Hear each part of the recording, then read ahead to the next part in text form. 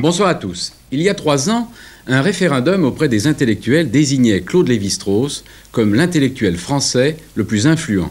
Il devançait Raymond Aron et Michel Foucault. Or, le paradoxe, c'est que cet homme, réputé très influent, s'il est membre de l'Académie française, s'il a été professeur au Collège de France et hautes études, n'est pas connu du grand public. Autre paradoxe, cet homme très influent dans la seconde moitié du XXe siècle ne s'est jamais intéressé qu'aux sociétés dites primitives, et cela d'une manière discrète et artisanale, car Claude Lévi-Strauss est un ethnologue. Essentiellement pour celles et ceux qui n'ont jamais lu et entendu ce savant de réputation mondiale, je suis allé chez lui, dans son bureau, à Paris, pour lui poser quelques questions, disons, primitives. Claude Lévi-Strauss. Claude Lévi-Strauss, ma première question est somme toute logique. Qu'est-ce que l'ethnologie? À quoi servent les ethnologues? Et au fond, à quoi a servi et à quoi sert Claude Lévi-Strauss? Oui, la dernière, je me chargerai pas de répondre. Mais à quoi sert l'ethnologie en général? Et vous savez, c'est une des nombreuses manières d'essayer de comprendre l'homme. Si on veut comprendre l'homme, on peut, à la manière du philosophe, se replier sur soi-même et essayer d'approfondir les données de la conscience. On peut essayer de regarder ce qui, dans les manifestations de la vie humaine, est le plus proche de nous, considérer notre histoire depuis ses origines gréco-romaines jusqu'au temps moderne, ou bien on peut essayer d'élargir la connaissance de l'homme pour y inclure même les sociétés les plus lointaines et qui nous paraissent les plus humbles et les plus misérables, de manière à ce que rien d'humain ne nous reste étranger. Si je vous entends bien, l'ethnologie serait une sorte de continuation de la réflexion humaniste, sauf que vous allez chercher les sujets, les thèmes de cette réflexion dans des peuplades qu'on qualifiait, il n'y a encore pas si longtemps, de sauvages. Vous avez tout à fait raison, oui. Car en fait, ce que les hommes de la Renaissance ont entrepris, c'est-à-dire d'essayer de mieux se comprendre eux-mêmes à travers le regard sur l'homme de civilisations qui étaient des civilisations exotiques, je veux dire la Grèce et Rome. C'était une manière de mettre leur propre société en perspective, de se mettre eux-mêmes en perspective. Et puis après ce premier humanisme, il y a eu un élargissement avec le développement des moyens de communication, des grands voyages d'exploration. On a intégré le monde arabe, l'Inde, la Chine, le Japon. Et l'ethnologie représente la troisième et la dernière étape de cette entreprise humaniste qui consiste à essayer de comprendre l'homme par la totalité de ses expériences et de ses réalisations. Mais est-ce qu'on peut dire des ethnologues qu'ils vont chercher des vérités, des sagesses qu'ils ne trouvent pas dans leur propre société, chez eux? Écoutez, je ne dirais pas ça, parce qu'il y a dans notre propre société aussi des sagesses. Je ne suis pas du tout en train de la rabaisser. Mais simplement, nous essayons de comprendre qu'il y en a d'autres et que notre sagesse est une sagesse parmi des centaines ou des milliers, car chacune des 4 ou 5 000 sociétés, je ne dirais pas qui ont existé depuis que l'homme est apparu sur la Terre, parce qu'il y en a eu beaucoup plus certainement, mais sur lesquelles nous possédons quelques informations ou qui existent encore. Eh bien, chacune représente une sagesse à sa manière, et nous ne pouvons pas essayer de comprendre la nôtre sans la mettre en perspective par rapport à toutes celles-là. Donc, l'ethnologie nous invite à une sorte de modestie, d'humilité. Je crois que ça a été, en somme, sa fonction depuis qu'elle est apparue dans notre littérature. Si vous regardez ses premières manifestations chez Rabelais ou chez Montaigne, car ce sont les premiers qui aient eu une curiosité ethnographique, c'est essentiellement dans leur pensée pour faire une critique de nos croyances, de nos coutumes ou de nos institutions. Mais par critique, je ne voudrais pas du tout employer un terme qui pourrait être dépréciatif. Critiquer, c'est essayer d'analyser, c'est essayer de comprendre, c'est d'essayer de mettre en rapport avec d'autres modes de vie et d'autres modes de pensée. Je voudrais maintenant que nous parlions, Claude Lévi-Strauss, de votre seul livre autobiographique, qui est célèbre. Il est paru il y a bientôt 30 ans, c'était en 1955. Il s'intitule Triste Tropique. Je l'ai relu, j'avais lu il y a 20 ans, je l'ai relu à la faveur de cet entretien, et je dois dire, je le trouve vraiment sublime, et je trouve, enfin, je le préfère, j'y trouve encore plus de profit à cette lecture. Et je conseille d'ailleurs à tous ceux qui voudraient aborder votre œuvre de commencer par ce livre, ne serait-ce parce que c'est le plus chatoyant, parce qu'évidemment c'est le plus facile à lire. Alors, est-ce que vous vous rappelez que à propos de Triste Tropique, il y a eu un communiqué d'Académie Goncourt regrettant que ce ne fût pas un roman? Oui. Sinon, on vous aurait donné le prix. Je me rappelle, en effet. Ça m'a beaucoup surpris. Oui. Et est-ce que vous vous rappelez un feuilleton de Raymond Aron très très élogieux? Je me rappelle bien sûr, ça comptait beaucoup et ça compte toujours. Alors j'en profite pour vous demander au passage, quels ont été vos rapports avec Aron? J'admirais beaucoup l'œuvre de Aron et j'avais pour l'homme une très grande sympathie. En même temps, nous nous sommes, je dirais, assez peu connus. Nous nous rencontrions au hasard de réunions professionnelles, mais je ne crois pas que nous ayons jamais déjeuné ou dîné ensemble. Ouais. Alors, quand on lit ce livre, Triste Tropique, on se dit, mais pourquoi n'avez-vous pas choisi la littérature au sens strict du terme? Pourquoi n'avez-vous pas choisi le roman, le théâtre? Ah oui, écoutez, ça, je peux très bien vous expliquer. Parce qu'à l'origine, Triste Tropique, dans ma pensée, c'était un roman. Quand je suis rentré de ma dernière expédition et du Brésil, c'était au début de 1939, et j'ai donc eu quelques mois pour essayer de me réincorporer à la vie française avant la guerre et la mobilisation. Et ces quelques mois, je voulais les utiliser, j'avais décidé de les utiliser à écrire un roman. Et un roman qui s'appelait Triste Tropique. Ah oui. C'était le titre. Et puis au bout de 50 pages, je me suis aperçu que j'étais en train de faire du très très mauvais Conrad, pour qui j'éprouve une admiration éperdue, et que j'étais pas fait pour ça. J'ai donc abandonné. Et quand, bien des années plus tard, en 1954, Jean Mallory m'a demandé d'écrire un livre pour sa toute jeune collection Terre humaine, n'est-ce pas, qui en était à ses débuts,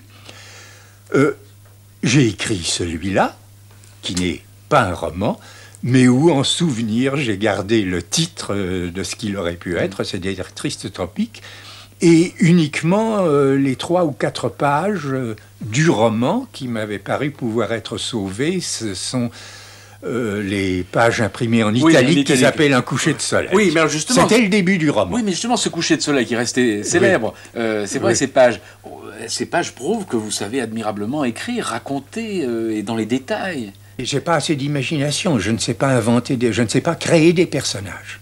Mais comment qu'est-ce qu'un ethnologue? C'est bien quelqu'un qui crée lui aussi des personnages, on dirait qu'ils sont vivants. Mais il va dans les détails, les chercher. Je dirais qu'il les crée, hélas, parce qu'il les réinvente. Ouais. Mais enfin, c'est pas ce qu'il voudrait faire. Il voudrait être aussi exact et authentique que possible, et il voudrait copier ses modèles. Je me suis demandé d'ailleurs en lisant ce livre si vous n'aviez pas voulu prouver d'une certaine manière que les ethnologues ont eux aussi une âme, une sensibilité et même du style. Oh, ça, c'est un livre que j'ai écrit, je dirais presque, dans l'exaspération et dans l'horreur.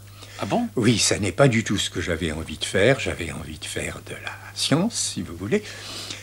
Et Triste Tropique a été écrit en 4 mois, enfin, comme un... Oui, je ne crois plus que ces éditions sont datées. J'ai demandé que les dates soient réintégrées dans la prochaine édition livre de poche. Ça a été écrit exactement en 4 mois. Et comme une sorte de pinsomme dont il fallait absolument que je me débarrasse parce que je n'avais pas le goût de parler de moi, j'avais pas le goût de raconter des petites histoires, des petits détails de voyage. Et en même temps, je suis bien obligé de constater rétrospectivement qu'il y a dans Triste Tropique une certaine vérité scientifique et qui est peut-être plus grande que dans nos ouvrages objectifs. Pour autant que ce que j'ai fait, c'est de réintégrer l'observateur dans l'objet de son observation. Enfin, c'est un livre écrit avec ses objectifs, s'appelle Œil de poisson, je crois, enfin, qui montre non seulement ce qu'il y a devant, mais ce qu'il y a derrière l'appareil de photo. Et donc, ça n'est pas une relation objective de mes expériences ethnologiques, c'est une relation de moi-même en train de vivre ces expériences ethnologiques, et donc avec un tas de choses que je ne me serais jamais permis d'écrire dans un ouvrage à ambition scientifique. Oui, mais l'exaspération ne se sent pas du tout. Absolument pas. Bon, elle se sent dans cette espèce de fureur avec laquelle je l'ai écrit et qui a fait que la première édition était vraiment bourrée de toutes les fautes possibles et imaginables. Même les mots portugais que j'utilisais, puisque ça se passait en grande partie au Brésil, je les avais écrits en écriture phonétique. Je ne m'étais même pas occupé du dictionnaire. Ce qui est curieux dans ce livre Triste Tropique, c'est que son cours rappelle incontestablement Chateaubriand, et qu'à la fin, vous y faites un éloge très marqué de Rousseau, Rousseau notre maître, Rousseau notre frère, etc. Or, il n'y a pas des écrivains plus dissemblables, sinon le goût qu'ils ont eu en commun de se raconter. Vous savez, je ne suis pas tout à fait d'accord avec vous là-dessus. Et il me semble au contraire, et de plus en plus en vieillissant, que Rousseau et Chateaubriand, c'est une sorte de couple indissoluble. Que ce sont non pas deux personnages, mais les deux faces d'un même personnage qui regardent dans des directions opposées, mais qui sont tout de même comme des frères siamois solidairement unis. Bon, il y a d'abord leur écriture. Au fond, personne n'a jamais écrit le français comme à sa manière Rousseau et comme à sa manière Chateaubriand l'ont fait. Ce sont les deux plus grands exemples de style. Et puis, il y a aussi cette espèce de distanciation qui cherche l'un et l'autre par rapport à leur expérience, par rapport à leur passé. Rousseau est allé le chercher, et c'est en ce sens qu'on peut dire qu'il est un des fondateurs de l'ethnographie. Il est allé le chercher non seulement dans la vie paysanne, qui était fort éloignée pour un homme des villes, et dans les relations des premiers voyageurs. Chateaubriand, lui, est allé en Amérique. Il en avait donc une expérience directe. Et, si vous voulez, cette espèce de contrepoint que fait Rousseau entre deux types d'expériences humaines, bien, Chateaubriand le fait constamment entre deux types d'expériences plus rapprochées, qui est la France de l'Ancien Régime, qu'il avait encore connue, la tradition monarchique, et puis ce nouveau monde qu'il voyait apparaître. Et tous les deux sont profondément désenchantés. Rousseau, qui pensait que ce que nous appelons aujourd'hui l'époque néolithique, c'était peut-être l'époque qui avait été la plus favorable à un développement mesuré, raisonnable de l'humanité, mais que c'était à jamais révolu. Chateaubriand, profondément légitimiste, fidèle aux Bourbons, mais sachant en même temps que ce passé était irrémédiablement condamné. Je crois que la différence n'est pas si grande. Alors, il y a en vous un œil Rousseau et un œil Chateaubriand. Oui, et il y a 30 ans, puisque Triste Tropique a 30 ans, si vous voulez, Rousseau était peut-être un peu en avant par rapport à Chateaubriand. Je dirais que maintenant, avec l'âge, c'est le contraire. Bon, alors revenons à vous. On apprend en lisant Triste Tropique que votre carrière s'est jouée, je vous cite, un dimanche de l'automne 1934 à 9h du matin sur un coup de téléphone. À moi, c'est précis. Oui, oui. Mais c'est tout à fait vrai. Vous savez, j'avais été très hésitant sur le choix d'une carrière. En fait, j'avais commencé à songer préparer normal. J'y renonçais parce que je ne savais pas assez bien le grec. Mon professeur de Cagnes m'a dit vous n'êtes pas fait pour la philosophie, vous êtes fait pour le droit. Il sentait qu'il y avait quelque chose. Enfin, c'était pas si faux, n'est-ce pas? J'ai donc commencé des études de droit. Seulement, comme c'était très facile, à l'époque, vous savez, on apprenait un aide-mémoire en 15 jours avant l'examen et on n'allait pas au cours. Alors j'ai fait en même temps une licence de philosophie et puis je me suis aperçu que c'était plutôt vers la philosophie que j'allais. Bon, je suis devenu professeur de philosophie dans un lycée de province. À Mont-de-Marsan? Oui, à Mont-de-Marsan, c'est-à-dire j'ai commencé à Mont-de-Marsan le 1er octobre 1932 et j'ai pris ma retraite le 1er octobre 1982, c'est-à-dire jour pour jour, 50 ans après. Vous voyez que les dates précises, le calendrier, ça compte dans mon existence. Et le sentiment, enfin, que j'allais passer ma vie à répéter un cours, non, c'était pas possible, surtout qu'en même temps, j'avais un très grand goût de l'aventure sous des formes très modestes, mais enfin, dès l'enfance, j'essayais de transformer, disons, le paysage français, rural ou urbain, en terrain d'aventure. Comment? Comment avec mes camarades, quand nous étions au lycée, bon, le jeudi ou le dimanche, le jeudi c'était le jour de congé à l'époque, on se disait, on va partir de tel endroit de Paris, puis on va marcher tout droit en direction de la banlieue. On ira exactement aussi loin, mais sans jamais infléchir notre direction à droite ou à gauche, que nos jambes pourront nous porter. Alors ça nous emmenait dans des aventures extraordinaires. Vous faisiez du camping alors? Oui, nous avons fait également du camping. Je me rappelle une expérience de camping. Nous n'avions pas assez d'argent pour nous acheter une tente. C'était un article de luxe à l'époque. Nous avions loué une bâche que nous transportions comme un cadavre sur un brancard. Puis nous sommes partis des faubourgs de Rouen, nous avons marché toute la journée, nous avons dormi dans les conditions les plus inconfortables. Le lendemain matin, nous sommes aperçus que nous étions à 4 km de Rouen parce que nous avions suivi une boucle de la Seine qui nous avait ramenés à notre point de départ, et ça a été la fin des expériences. Bon, mais enfin, le camping, c'était pas tellement répandu à cette époque. Oui. Donc il s'agissait pour moi de tâcher d'associer une profession qui était celle de professeur de philosophie et puis le goût de l'aventure. Bon, à ce moment-là, l'ethnologie, l'exemple de Soustelle le montrait. Soustelle est un petit peu mon cadet, mais lui n'a jamais eu de doute sur sa vocation. Et on savait déjà à l'époque qu'il y avait un agrégé de philosophie qui était parti pour le Mexique, qui venait de partir. Bon, je me suis dit, pourquoi pas? Et alors, c'est ce coup de téléphone qui vous a déterminé? Et alors, j'ai fait savoir à mes maîtres que j'aimerais un poste à l'étranger. C'était pas très recherché, vous savez, à l'époque, les universitaires n'aimaient pas tellement voyager. Et un bon matin, Bouclé, qui était directeur de l'école normale, m'a téléphoné, m'a dit, est-ce que vous voulez partir pour le Brésil? Et vous êtes parti pour le Brésil. Et je suis Oui, parti mais pour alors, le Brésil. vous racontez une chose étonnante, c'est que vous avez déjeuné quelque temps après avec l'ambassadeur du Brésil en France qui vous a dit « Oh, mais de toute façon, les Indiens, il n'y en a plus au Brésil. » Ah oui. Ce qui est inouï, quand même. Mais ça, on n'aimait pas tellement dans les milieux, ça a changé depuis, mais dans la haute bourgeoisie ou l'aristocratie brésilienne, on n'aimait pas tellement se rappeler qu'il y avait des Indiens et surtout qu'on les avait massacrés. Alors, vous dites ceci, toujours dans Triste Tropique, quand l'ethnographe exerce sa profession sur le plan scientifique et universitaire, c'est votre cas, il y a de grandes chances pour qu'on puisse retrouver dans son passé des facteurs objectifs qui le montrent peu ou pas adapté à la société où il est né. Est-ce que ça doit être votre cas, si vous avez écrit ça? Vous voyez, je n'ai jamais été, en réalité, un homme du siècle où le hasard m'a fait naître. J'ai toujours été passionné pour des curiosités exotiques ou des curiosités d'antiquaires. Et dans l'esprit, j'ai toujours vécu ailleurs ou à d'autres époques que la mienne.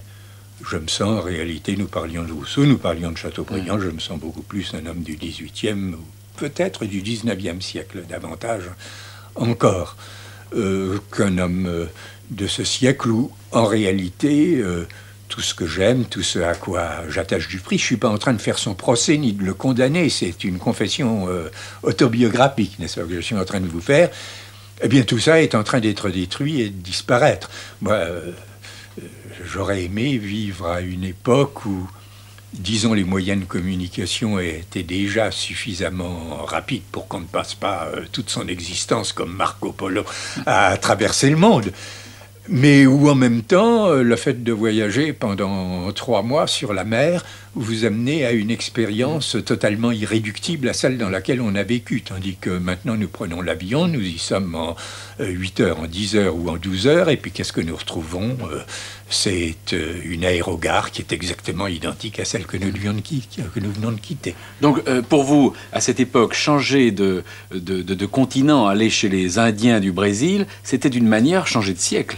C'était changer de monde et changer de siècle, très certainement. Vous voici donc, Claude Lévi-Strauss, professeur à Sao Paulo.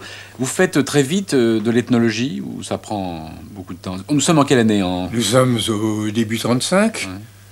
Ouais. Oui, bien... Vous savez, j'étais complètement autodidacte en ethnologie. Je n'avais jamais suivi un cours d'ethnologie en France. D'ailleurs, il n'existait pas encore de chaire d'ethnologie dans les universités françaises. Mais néanmoins, on pouvait. Enfin, il y avait des enseignements un peu para-universitaires. Et donc, je ne savais rien du tout. Alors, j'ai commencé... j'avais des étudiants, bien sûr. Nous avons commencé à faire de l'ethnologie dans la ville. Et je dois dire que la ville m'a toujours passionné comme objet d'étude, parce que Ça s'est constitué à travers les années, enfin chez nous, à travers les siècles ou les millénaires, en Amérique du Sud plus récemment, mais par une quantité de petites décisions individuelles, sans aucun plan d'ensemble et avec très peu, et puis l'accumulation de ces choix individuels fait un être qui a une existence, une réalité organique. Et donc nous avons commencé à travailler dans São Paulo. Et je me rappelle à mes étudiants, comme sujet de mémoire, de faire une monographie de la rue dans laquelle ils habitaient, enfin des choses de genre. Et puis dès qu'il y avait un peu de vacances, quelques jours, quelques semaines, je filais dans l'intérieur. D'abord pas extrêmement loin, mais dans le sud du Brésil. Enfin, un jour de voyage, on peut déjà trouver des petits groupements indiens assez abîmés, qui vivent comme des paysans brésiliens, mais enfin qui sont tout de même des Indiens. Et j'ai décidé que mes premières grandes vacances, au lieu de rentrer en France comme faisaient mes camarades, bien, je filerais chez les Indiens dans l'intérieur.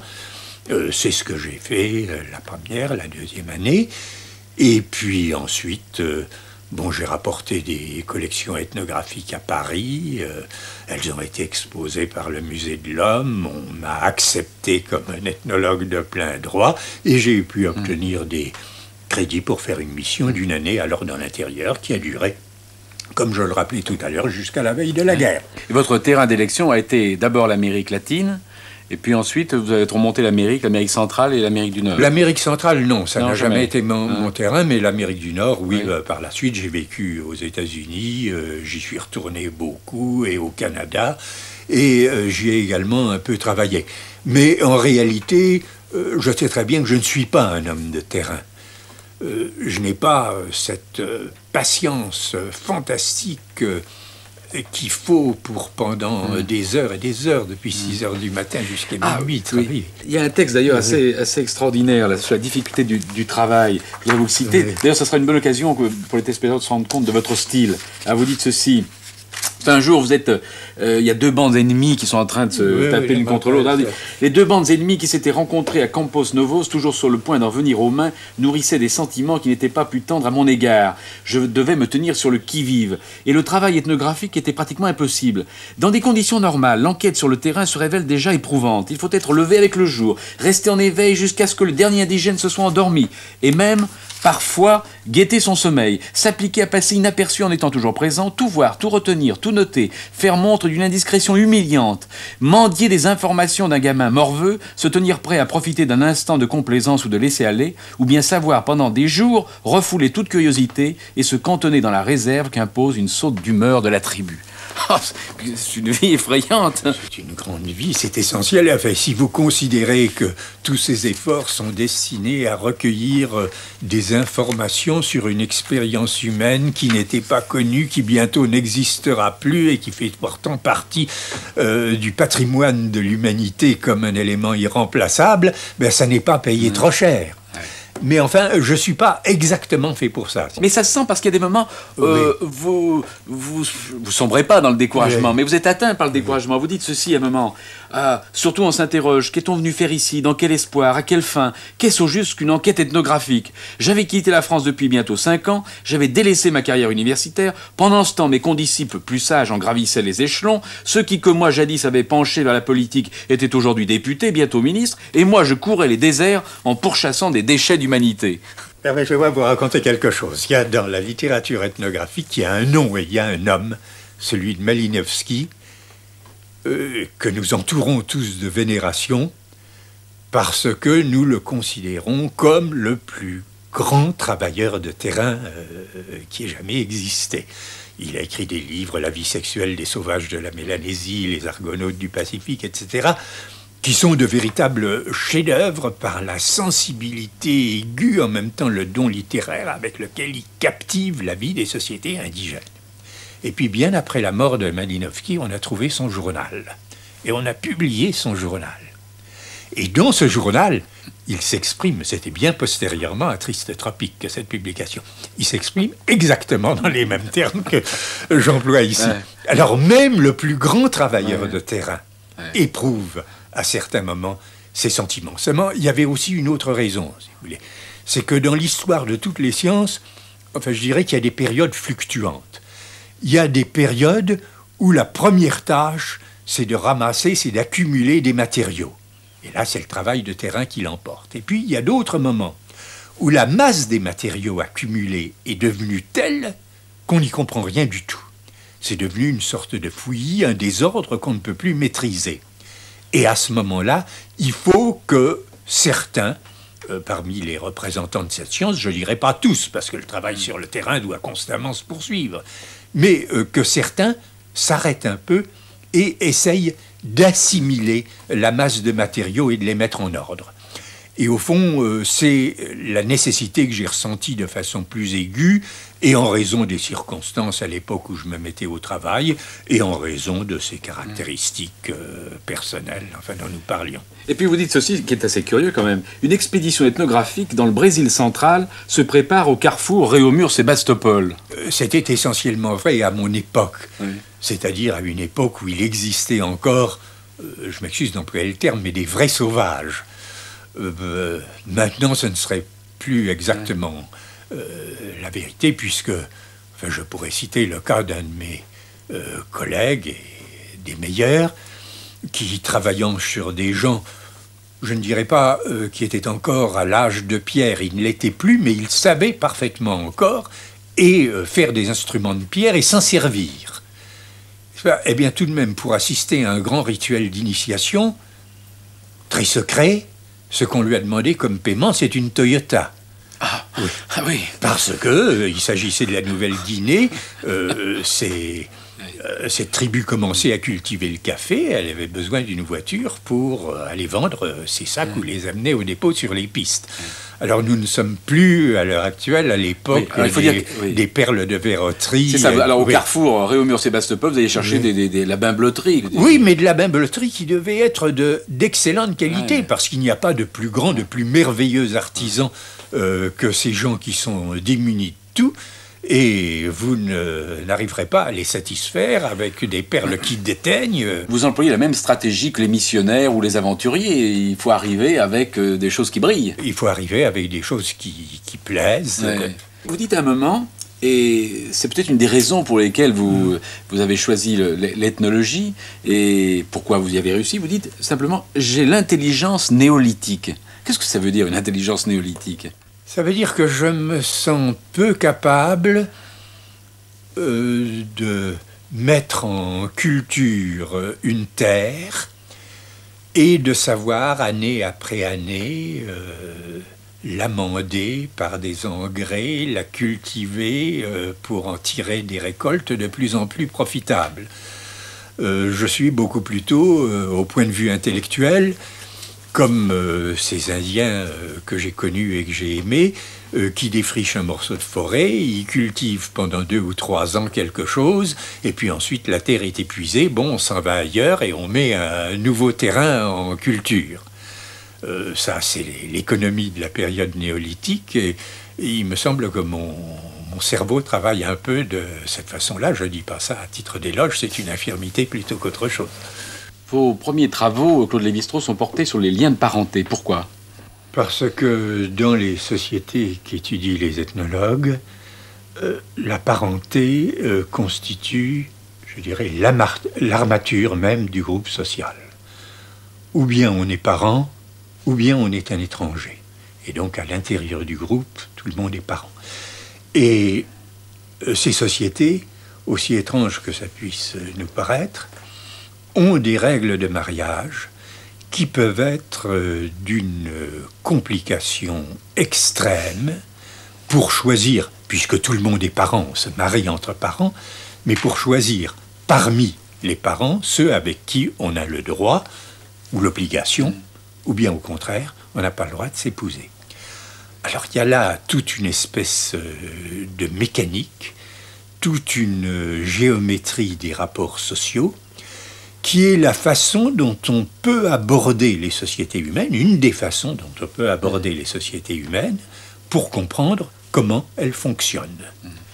Car chez nous aussi, il y a des règles, il y a des parents proches que nous n'avons pas le droit d'épouser, À part ça, nous en remettons à des mécanismes de hasard. Mais dans toute société, il est clair que les règles du mariage ont pour objet d'empêcher les familles en tant qu'unité biologique de rester closes, de se refermer sur elles-mêmes et de substituer ce qu'on pourrait appeler des liens sociaux, car les liens d'alliance sont des liens sociaux, aux liens purement biologiques de filiation. Oui. Dans ce livre que vous avez fait paraître l'année dernière, qui s'intitule « Le regard éloigné », vous revenez sur ces liens de parenté, vous dites ceci: « Dans la plupart des sociétés dites primitives, le célibat apparaît répugnant et condamnable. » Mais est-ce qu'il y avait vraiment des célibataires dans les sociétés primitives que vous avez étudiées? Le cas est extrêmement rare, oui. Précisément parce que l'unité, je dirais, non pas seulement de reproduction, mais l'unité de production, l'unité économique étant essentiellement fondée par le couple conjugal, un célibataire ne peut matériellement pas subsister. Il ne faut pas oublier que dans ces sociétés, il y a des tâches qui sont spécifiquement masculines et d'autres qui sont spécifiquement féminines. Et que c'est donc par l'union des deux sexes que peut se réaliser une existence normale. J'ai connu, en effet, dans une société, c'était chez les Bororo, je crois, un individu qui était triste, sale, mal tenu, dont je pensais qu'il était malade. J'ai demandé ce qu'il avait. On m'a dit, oh, ben, c'est un célibataire. Et en effet, pour se procurer les produits du jardinage féminin, puisque chez les Bororo, ce sont les femmes qui cultivent les jardins, eh bien, il dépendait de la charité de ses voisins ou de proches. Ouais. Sur l'infanticide, vous portez un regard non pas approbateur, mais je dirais compréhensif. Certainement pas approbateur. Non, mais compréhensif. Toutes les sociétés ont utilisé des moyens différents pour maintenir leur effectif dans les limites qui leur paraissaient raisonnables. Nous utilisons la contraception, qui n'est pas quelque chose de récent, il n'y a pas besoin de plus le dire, qui existait déjà du temps des Grecs et des Romains, et bien davantage encore dans la campagne française sous l'Ancien Régime. Chez d'autres peuples, on supprime les enfants certains enfants dès leur naissance. Ça peut être quelquefois les filles quand on attache un prix particulier à avoir des garçons. Ça peut être les jumeaux quand on considère que mettre au monde des jumeaux, c'est se conduire comme un animal, parce que le propre de l'humanité, c'est de n'avoir qu'un enfant à la fois. Ce peut être bon pour mille autres raisons, mais si on veut regarder les choses d'un peu loin, comme essaye de le faire l'ethnologue, il n'y a pas grande différence entre supprimer un enfant avant sa naissance ou le supprimer au lendemain. Et puis vous avez consacré 4 livres rassemblés sous le titre mythologique à l'étude des mythes. Alors, dans l'ordre, c'est Le cru et le cuit, Du miel au cendre, L'origine des manières de Tarbes et L'homme nu. Alors, est-ce que vous pourriez, comme ça, nous dire qu'est-ce que c'est qu'un mythe? Expliquer aux gens qui ne savent pas ce que c'est qu'un mythe. Alors, qu'est-ce que c'est un mythe? Parce que là, ça a été finalement votre terrain de prédilection, le mythe. Enfin, ça a été un de mes deux grands terrains de prédilection, si vous voulez. Alors, un mythe, qu'est-ce que c'est? Et c'est difficile d'expliquer pour le moment. Eh bien, c'est une histoire qui cherche à rendre compte à la fois de l'origine des choses, des êtres et du monde, du présent et de l'avenir, et qui cherche en même temps, simultanément, à traiter des problèmes qui nous apparaîtraient aujourd'hui à la lumière de notre pensée scientifique comme tout à fait hétérogènes, différents les uns par rapport aux autres, à les traiter comme si c'était un seul problème et qui admettait une seule réponse. Un mythe, c'est par exemple une histoire qui essayera d'expliquer à la fois pourquoi il se trouve que le Soleil est à bonne distance de la Terre, alors qu'il pourrait être beaucoup plus loin et ce serait la nuit éternelle, ou beaucoup plus près et le monde entrerait en conflagration. Et pourquoi un homme doit aller chercher son épouse à bonne distance, pas trop loin, parce qu'alors ça pourrait être une étrangère et une ennemie et une sorcière, pas trop près, parce qu'il se rendrait coupable du péché d'inceste. Et pourquoi également les saisons et les jours ne se succèdent pas à toute vitesse, mais selon un rythme régulier. Enfin, pourquoi il existe une certaine bonne mesure, à la fois dans l'ordre cosmologique, dans l'ordre météorologique, dans l'ordre saisonnier et dans l'ordre social. Nous, avec nos préoccupations scientifiques et qui avons appris avec Descartes qu'il faut diviser les difficultés en autant de parties qu'il est requis pour les résoudre, nous considérions que ce sont des problèmes complètement différents et qui doivent être posés, chacun dans sa perspective propre et résolue dans ses propres termes. Le mythe, au contraire, essaye de mettre tout ça ensemble et de trouver une réponse unique à des problèmes différents. Mais je suppose que ces mythes sont particulièrement vivaces et nombreux dans des sociétés qui n'ont pas d'écriture. Bien sûr, dans des sociétés enfin, qui n'ont pas encore utilisé les modes de pensée scientifiques. Mais en réalité, quand vous y réfléchissez, et quand vous vous demandez, je ne dirais pas ce que font les historiens pour qui j'ai le plus grand respect, mais quel usage nous, enfin les hommes de la rue, nous faisons de l'histoire. Et que celui qui est de gauche voit l'Ancien Régime et la Révolution française et ce qui s'est passé au XIXe siècle d'une façon tout à fait différente que l'homme de droite ne les verra. Au fond, est-ce que nous n'utilisons pas l'histoire un peu à la façon d'un mythe, c'est-à-dire en l'organisant de telle façon qu'elle nous aide, ou que nous croyons qu'elle nous aide, à mieux comprendre notre passé, notre position actuelle dans le monde et les choix politiques que nous faisons. Mais si je comprends bien votre travail sur ces mythes, il s'agissait pour vous et pour les ethnologues de chercher une sorte de cohérence derrière ce qui nous apparaît incohérent et même abracadabrant. C'est ça, mon travail, écoutez, aussi bien pour les rapports de parenté que pour les mythes. Si je me suis intéressé aux problèmes de parenté, c'est parce que nous avons, selon les sociétés, toutes sortes de règles qui paraissent incohérentes et absurdes. Il y a une société qui vous dira, la seule femme qu'il faut épouser, c'est la fille du frère de votre mère. Mais si vous voulez épouser la fille de la sœur de votre père, ça c'est l'abomination de la désolation. Il y a une autre société qui vous dira exactement l'inverse. Il y a une société qui vous dira les bonnes façons de se marier, c'est d'être divisé en deux groupes, et les hommes du groupe A épousent les femmes du groupe B, les hommes du groupe B épousent les femmes du groupe A. Il y en a une autre qui vous dira pas du tout, il faut plusieurs groupes, il faut que A donne à B ses femmes, que B donne ses femmes à C, C à un autre, et puis finalement ça reviendra à celui du départ. Et tout ça semble incohérent. Et si je me suis attaqué à ces problèmes, c'est en me disant il n'est pas possible que les hommes passent leur vie à déraisonner et passer des siècles et des millénaires et des centaines de millénaires. Et quelle est la logique qui est derrière tout ça? Et cette logique, j'ai essayé de la trouver. Et avec les mythes, c'est la même chose. Enfin, c'est tout de même quelque chose d'irritant, de chagrinant, de troublant de se dire depuis, vous savez que l'homme existe depuis beaucoup plus longtemps que nous ne le supposions. Il parle probablement depuis 2 millions d'années ou même davantage. Et depuis 2 millions d'années, il se raconte des histoires qui n'ont absolument ni queue ni tête, qui sont absurdes, abracadabrantes, où n'importe quoi peut arriver et autres. Et je me suis attaqué aux mythes en me posant le même problème que pour les questions de parenté.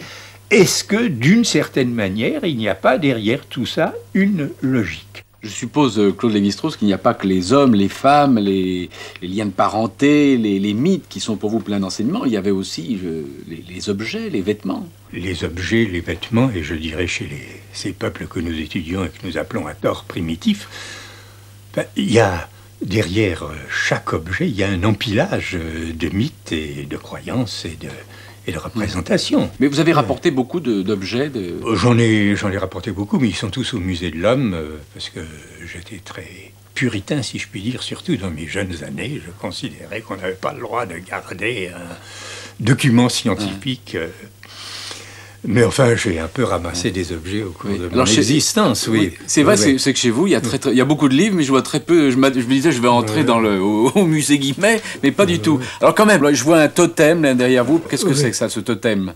C'est un mât sculpté en réduction parce que ceux qui se dressent dans les villages de ces Indiens, qui sont les Indiens Haïda, qui vivent dans des îles au large de la côte canadienne du côté de l'océan Pacifique, les villages étaient hérissés de grands mâts sculptés qui pouvaient avoir 10, 12, 15 mètres de hauteur et qu'on appelle totémiques parce qu'on y voit des animaux. Oui.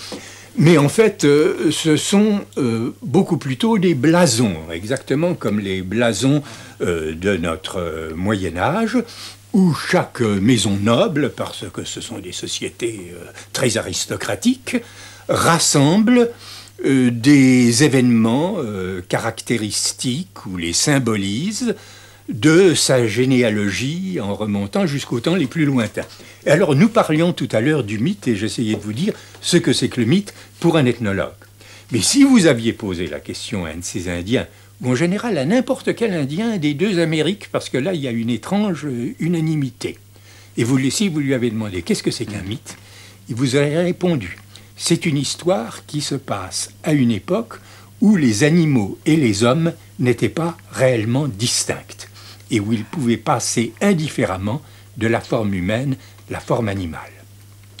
Ce qui me semble d'une vérité, je dirais, presque tragique. Parce que s'il y a quelque chose de tragique dans la condition humaine, c'est bien cette coexistence que nous menons à côté d'autres êtres qui sont vivants comme nous et avec lesquels nous ne pouvons pas communiquer. Et l'âge du mythe, c'est celui justement où c'était possible. Et donc, tous ces êtres qui sont représentés là ne sont pas exactement ni des humains ni des animaux, ce sont des êtres qui sont à cheval entre les deux natures.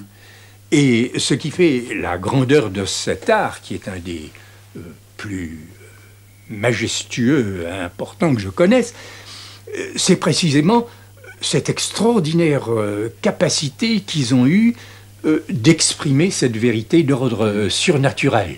Il n'y a pas du tout le côté caricature ou les fadaises, si vous voulez, à la Walt Disney. Ces personnages sont des personnages monumentaux, grandioses, ils sont pleins de pensées, et en même temps, vous ne pouvez pas dire si ce sont des animaux ou des êtres humains. Alors, dans l'ordre commençant par en haut, il y a un ours tout en haut, en dessous probablement un hibou.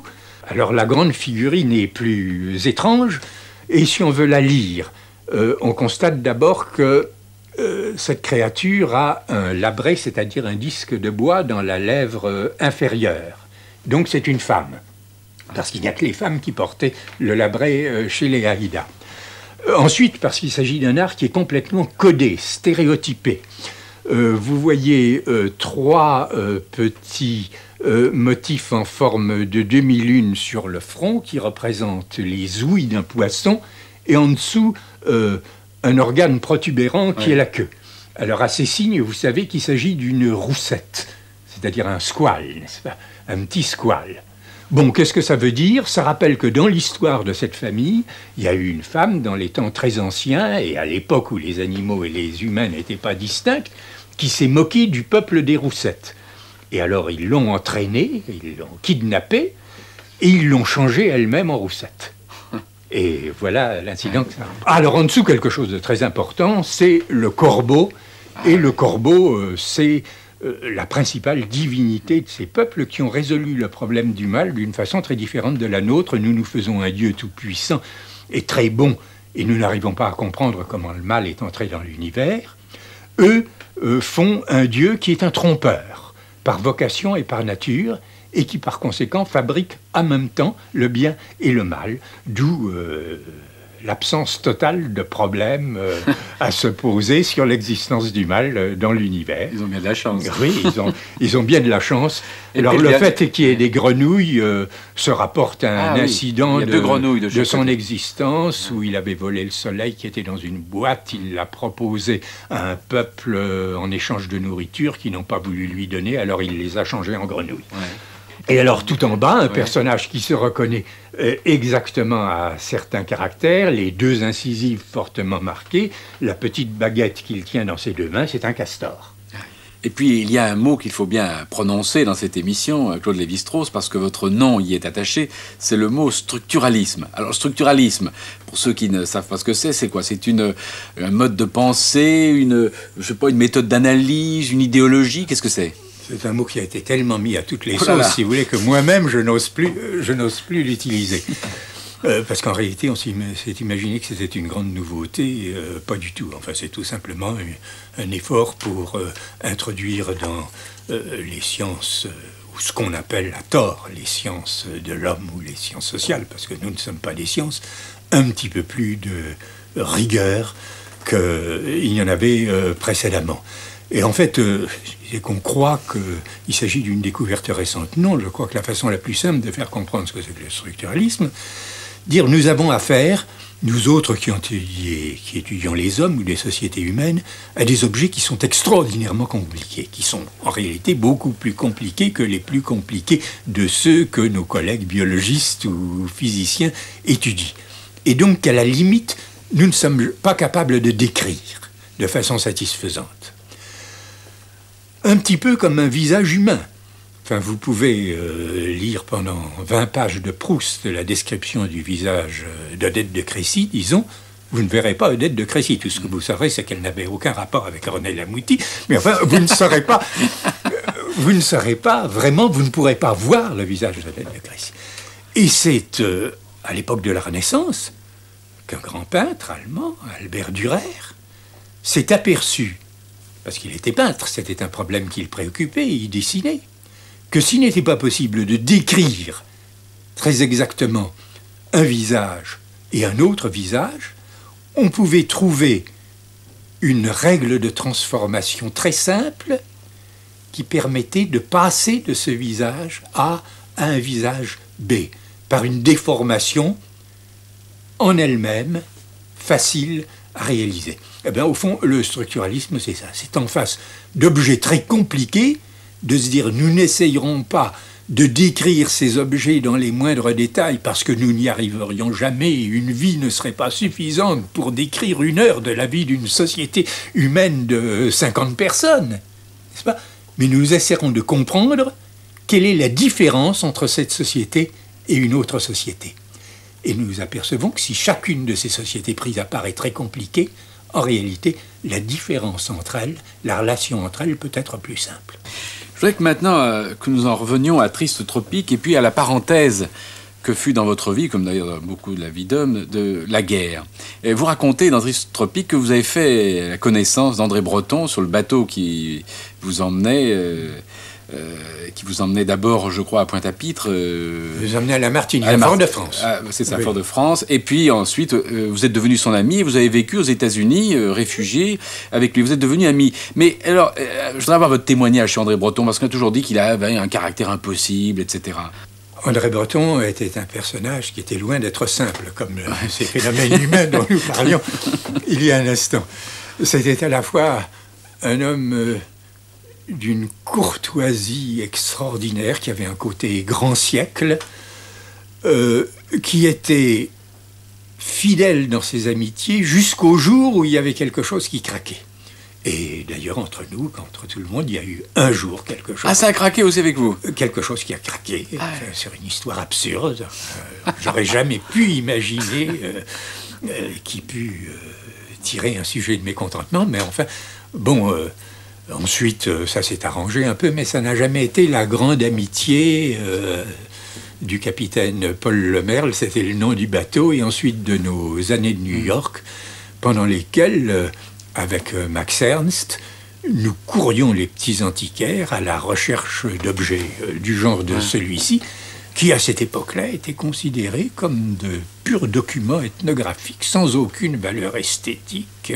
C'est vraiment nous qui avons appris aux Américains que ces objets étaient beaux. Et Breton était un... Et Breton avait entre 1000 talents, et n'était pas seulement un grand poète, un grand écrivain, il avait une sorte de sens infaillible de l'objet. Enfin, il n'avait jamais la moindre hésitation devant un objet pour savoir non seulement s'il était authentique ou s'il était faux, mais de savoir s'il était vraiment beau ou pas. Vous nous avez expliqué tout à l'heure que vous avez embrassé l'ethnologie pour fuir l'enseignement, mais je remarque que l'ethnologie vous a ramené à l'enseignement. Puisqu'après, vous avez été professeur aux hautes études, puis finalement professeur au Collège de France. Oui, mais je n'ai jamais appartenu à une université, n'est-ce pas? C'est-à-dire que j'ai appartenu à ce qu'il est convenu d'appeler des grands établissements, où il n'y a pas un programme, où au contraire, la règle, et il n'y en a qu'une, mais elle est impérieuse, c'est que chaque année, vous devez faire quelque chose de nouveau. Et ça, c'était évidemment la façon pour moi de concilier l'enseignement et le côté instable et inquiet de ma nature. C'est que chaque année, il fallait changer. C'est une manière peut-être aussi de préparer des livres. Ah, tous mes livres ont été préparés dans des cours, oralement. Alors, Claude Lévi-Strauss vient de paraître cette semaine aux éditions Plomb, qui est votre éditeur depuis très longtemps. Un livre fait d'ailleurs de textes très, très courts, intitulé « Paroles données ». Qu'est-ce que c'est que ce livre? Eh bien, ce sont les résumés de mes cours, les comptes rendus de mes cours, que la règle administrative veut que l'on publie chaque année dans l'annuaire de l'établissement auquel on appartient. Et ces résumés de cours, dont certains sont très brefs, 1 page et demie, 2 pages, certains au contraire 12 ou 15 pages, c'est tout de même assez condensé, c'est au fond, si vous voulez, un peu à la façon de Triste Tropique, bien que de façon plus austère, ma biographie intellectuelle pendant 32 ans. Voilà ce à quoi j'ai pensé, voilà ce que j'ai raconté. Enfin, ça c'est... autant Triste Tropique s'adresse au grand public, autant oui, mais je ne prétendrai absolument pas qu'il s'adresse au oui, grand vous n'attendez pas à le trouver sur la liste des best-sellers. Certainement pas. Certainement pas. Oui. Bon, puisqu'on parle de l'enseignement, qu'est-ce que vous pensez de la formidable querelle aujourd'hui à propos, enfin plutôt des critiques que l'on porte contre l'enseignement secondaire notamment, et je pense d'ailleurs à une de vos collègues du Collège de France, à Jacqueline de Romilly. Oui, oui. Qu'est-ce que vous pensez? Qui a écrit un très beau livre et avec lequel je suis entièrement d'accord. Je ne pense pas, je ne crois pas qu'il faille dater de 68 ou d'une autre année, celle que vous voudrez, la décadence de l'enseignement secondaire. Au fond, j'ai l'impression que je l'ai moi-même vécu comme élève quand j'y appartenais, et ensuite comme professeur. Je veux dire comme élève parce que quand je lis des textes du 19e siècle, je suis absolument stupéfait de voir quel degré de maturité en classe de première ou en classe de philosophie avait atteint des hommes comme Proust, comme Jaurès, comme Bergson, comme Durkheim. Enfin, ils étaient tous à peu près contemporains. Et ils étaient beaucoup plus mûrs, beaucoup plus adultes dans leurs dernières années du lycée que moi-même et mes camarades ne l'étions déjà dans... oui, parce que j'allais vous dire, vous prenez des époques ou à la même période. Oui, parce que j'allais vous dire, vous prenez des êtres exceptionnels. Mais alors, vous comparez des êtres exceptionnels d'aujourd'hui, enfin de votre époque. Enfin, si je les compare aux meilleurs de ces classes, ils étaient évidemment très au-dessus. Et j'ai l'impression que nous avons affaire à une sorte de processus, mais qui s'est étendu à travers les siècles, et que j'appellerais presque d'infantilisation progressive de la jeunesse et de l'adolescence. Enfin, nous devenons adultes de plus en plus tard. Je n'ai pas besoin de vous rappeler Montaigne qui parlait grec et latin à 5 ans ou 6 ans. D'ailleurs, dans le regard éloigné, vous consacrez un chapitre à l'enseignement et vous l'intitulez, je veux dire drôlement, « Propos retardataires sur l'enfant créateur ». Autrement, vous dites, je sais qu'on ne m'écoutera pas. Hein. Ils étaient doublement retardataires parce que c'était des choses que je n'avais pas dites au moment où j'aurais dû les dire et qui ensuite... paraissent retardataires à beaucoup d'éducateurs contemporains. Oui, évidemment retardataires, parce que vous y faites l'éloge de la contrainte de l'école. Je n'en fais pas l'éloge, j'essaye de montrer que c'est un élément essentiel de toute éducation, quelle qu'elle soit. Et qu'on se fait de grandes illusions quand on s'imagine qu'il suffit de libérer la spontanéité créatrice, une spontanéité créatrice qui ne vient pas buter contre quelque chose, n'arrive pas à se manifester et se réaliser. Et alors je suis absolument stupéfait quand je vois dire on ne doit pas proposer à un jeune lycéen un vers de Racine comme thème de composition, et en même temps dire on doit lui donner une feuille de papier et des crayons de couleur et le laisser s'exprimer, se manifester, comme si le vers de Racine n'était pas une résistance tout à fait comparable à celle du papier, à celle des crayons, et qu'il faut maîtriser une matière pour arriver à s'exprimer. Vous citez d'ailleurs 4 vers de Richard Wagner. « Apprenez les règles des maîtres pour qu'elles vous aident à préserver ce qu'en vos plus jeunes années, le printemps et l'amour vous ont révélé. » Et pourtant, ça a été un grand révolutionnaire en musique. Oui, c'est vrai. Oui. Je remarque aussi, Claude Lévi-Strauss, que vous employez à bon escient et toujours avec élégance l'imparfait du subjonctif qui s'emploie rarement maintenant. J'ai un certain amour de la langue, disons, et de ses ressources. Et au fond, je ne vois pas pourquoi ce français qui a été un instrument de communication tellement parfait qu'il y a eu une époque où toute l'Europe le préférait aux langues du cru, pourquoi on l'appauvrirait de certains de ses moyens d'expression. Est-ce que votre entrée à l'Académie française est-ce que ça n'est pas le signe, justement, de la volonté chez vous de perpétuer des valeurs anciennes? Et l'Académie française en est une. L'Académie française est peut-être de toutes les institutions françaises celle qui, depuis 350 ans, a le moins changé. Et donc, elle est digne du respect, de l'admiration que nous avons pour ces monuments historiques. Et après tout, un monument historique n'est pas simplement fait de pierre ou de peinture, il est aussi fait d'idées, de genres de réflexion, de croyances, de pensées. Et ce que symbolise toujours aujourd'hui l'Académie française, et c'est un cas, je pense, unique dans tous les pays du monde, c'est la proclamation que la langue est un souci d'État. Ça n'existe nulle part ailleurs. D'où les travaux du dictionnaire. D'où les travaux du dictionnaire. Mais vous ne trouvez pas que les 40 habits verts forment une sorte de peuplade relevant de l'ethnologie? Tout relève de l'ethnologie. Moi, je trouve particulièrement les habits verts. Oh, vous savez, nous avons des équipes qui travaillent dans des villages français et qui font de la très bonne ethnologie. Vous intéressez-vous, Claude Lévi-Strauss, à l'aventure spatiale? Est-ce que vous suivez ça avec passion? Oh, je suis ça, oui, quand j'ai une possibilité de voir à la télévision. Enfin, je me rappelle l'arrivée des hommes sur la Lune, oui. Oui, ça... Oui, mais je veux dire, est-ce que l'ethnologue que vous êtes a des réflexions particulières sur ce... Ou bien si vous regardez ça comme un citoyen normal Oui, c'est à la fois, n'est-ce pas, beaucoup d'admiration pour les prodiges scientifiques qui ont permis, et en même temps une certaine tristesse, car à quoi ça ressemble? Ça ressemble à la découverte de l'Amérique par Christophe Colomb en 1492. C'était aussi un autre monde et qui pouvait paraître aussi loin, aussi inatteignable avec les moyens dont on disposait alors que la Lune aujourd'hui.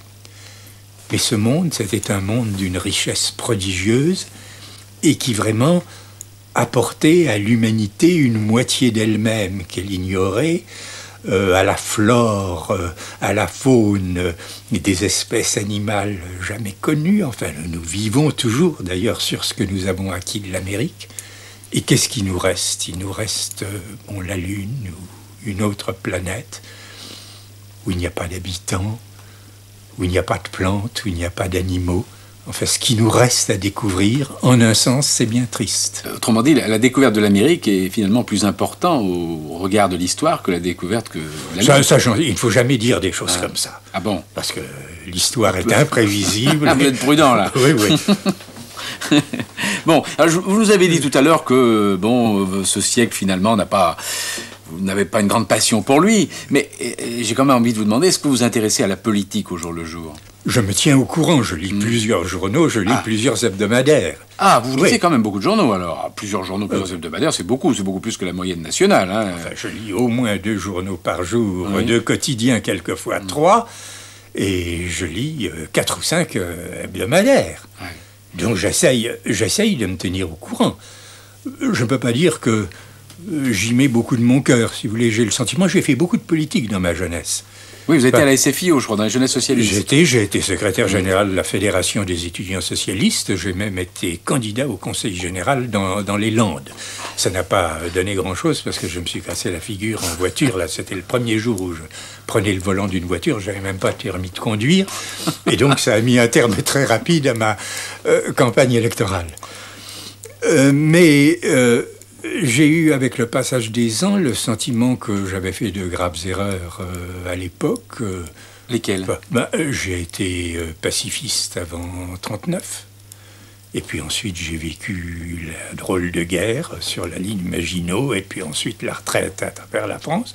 Je me suis dit, quand on a fait une erreur de ce genre dans sa vie, on ne se mêle plus de juger des choses qui relèvent d'une autre forme d'esprit, d'un autre type de compétence. Mais dites-moi, Claude Lévi-Strauss, si tous les hommes politiques avaient la même réaction que vous, c'est-à-dire la première grave erreur, je m'arrête, il n'y aurait plus d'hommes politiques.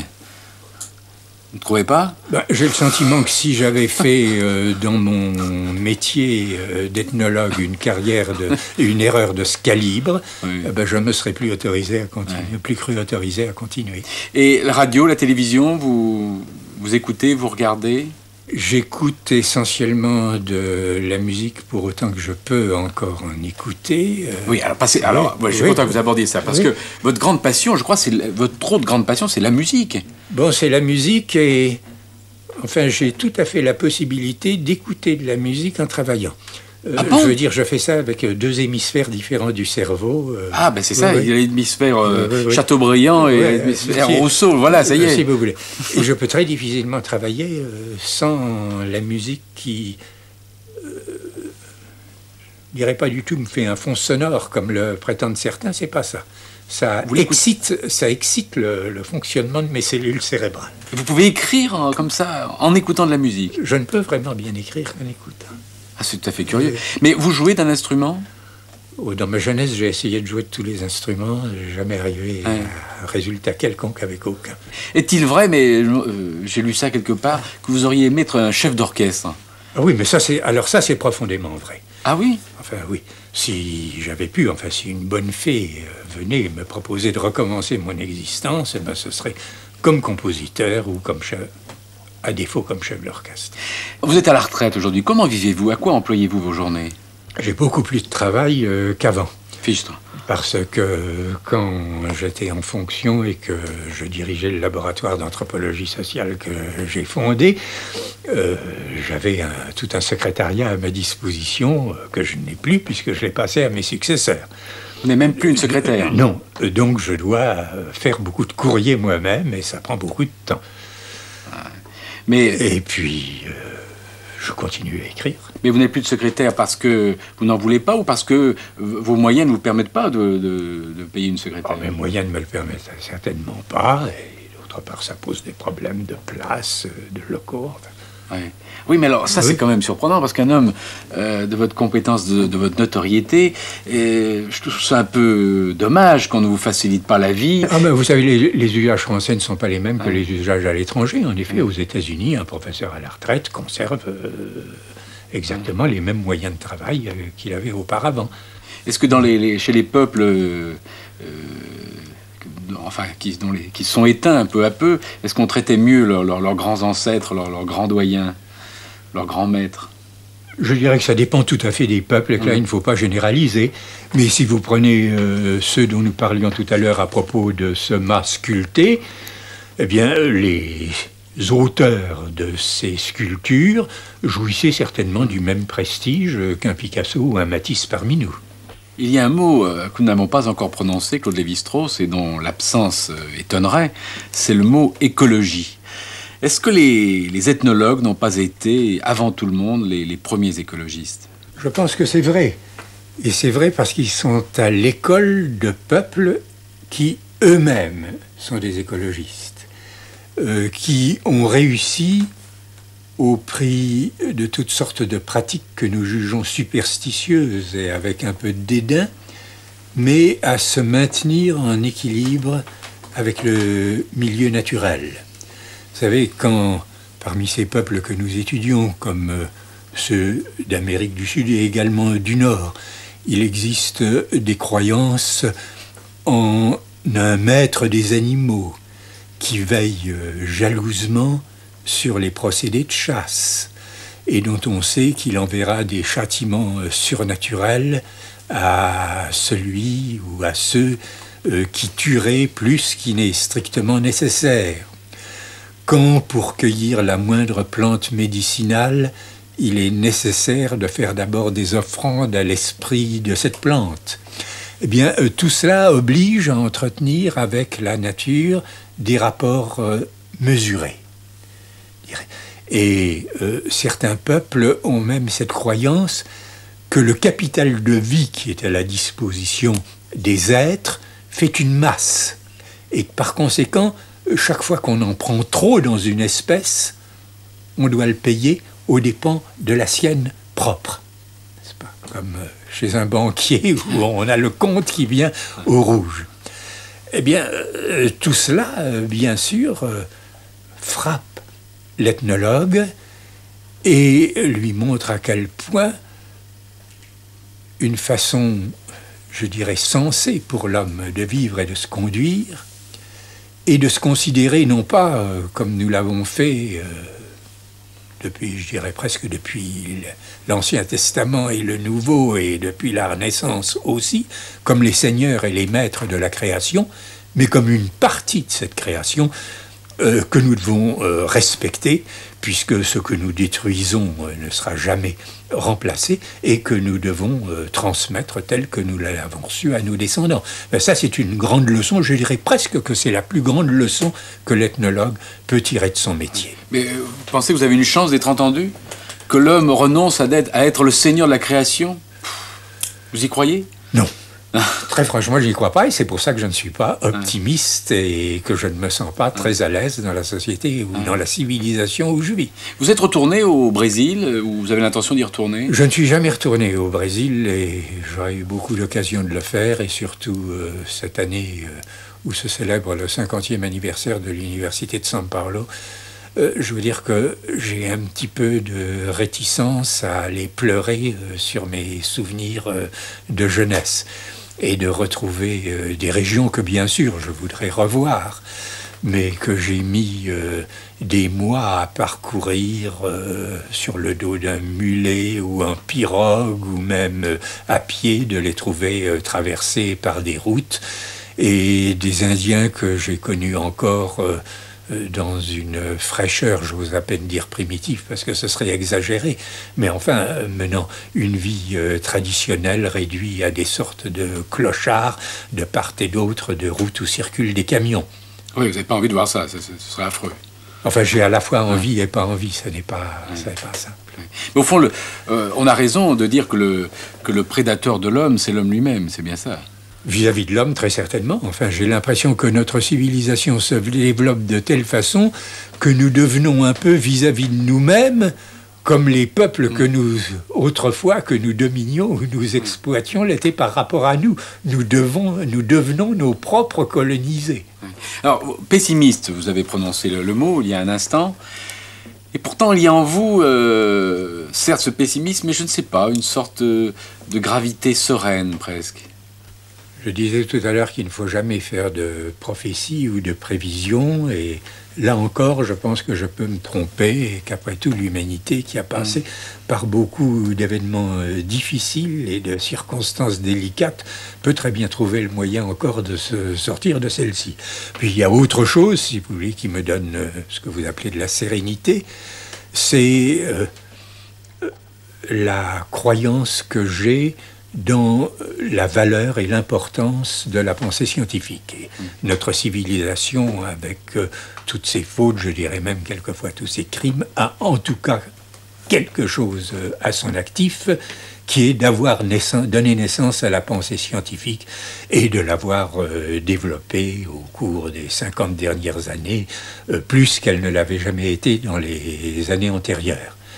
Et cet effort, si vous voulez, de l'homme pour comprendre, dont nous savons d'ailleurs très bien qu'il n'arrivera jamais à son terme, qu'il ne peut pas arriver à son terme, que comprendre quelque chose, c'est en même temps apercevoir de nouvelles difficultés qu'on ne comprend pas et qui en sera ainsi indéfiniment. Je ne suis pas du tout un scientiste à la façon du 19e siècle, mais qu'en tout cas cet effort pour comprendre, et dont l'ethnologue va étudier justement les formes les plus étrangères à la nôtre chez des peuples lointains, c'est ce qui fait la grandeur de l'homme, c'est ce qui lui donne sa dignité. En avril 81, un journal littéraire a publié un référendum auprès des écrivains, des intellectuels, des professeurs, des artistes, des journalistes. La question en gros c'était, après la mort de Sartre, y a-t-il des maîtres à penser ? Et vous êtes arrivé en tête. On a dit non, il y a un grand maître à penser actuellement, c'est Lévi-Strauss, devant Aron et devant Foucault. Ça a dû vous surprendre ou pas ? Ça m'a beaucoup surpris et en même temps je n'ai pas été dupe de ce qui était tout de même un petit jeu de société. Et la raison pour laquelle mon nom s'est trouvé le plus souvent cité, je crois que c'est pour des raisons négatives beaucoup plus que positives. C'est parce que de tout ça, je gêne le moins de monde. Non, alors je vais vous expliquer pourquoi. Oui. Je pense que Sartre et Aron sont des maîtres à penser qui disent ce qu'il faut penser. Vous êtes un maître à penser, je sais que vous récusez ce terme, mais vous êtes un maître à penser qui dit comment il faut penser. C'est tout à fait différent. Écoutez, je dis comment je pense, mais je m'en voudrais. Et d'ailleurs, c'est un fait que je n'ai pas fait école dans ces 50 ans de carrière universitaire. J'ai eu beaucoup de collaborateurs autour de moi, mais tous ceux qui connaissent un peu, par exemple, le laboratoire d'anthropologie sociale, où il y a 30 chercheurs, savent que ces 30 chercheurs ne sont en aucune façon mes disciples, que chacun travaille dans la voie qui lui est propre, et que je l'ai toujours encouragé à en faire autant. Donc le terme de maître à penser me semble immérité. État présent de votre esprit, comme on disait dans le questionnaire Marcel Proust. État présent de mon esprit, c'est que j'ai 75 ans, que je sais que le nombre d'années qui me reste à vivre est mesuré, que probablement le nombre d'années où je resterai lucide, à supposer que je le sois encore, mais encore plus mesuré, que j'ai dans mes dossiers, dans mes fichiers, un certain nombre de thèmes que je n'ai pas eu le temps d'explorer, et que voilà, si j'ai la possibilité d'écrire encore dans ma vie 2 ou 3 livres, c'est tout ce que je peux demander à l'existence.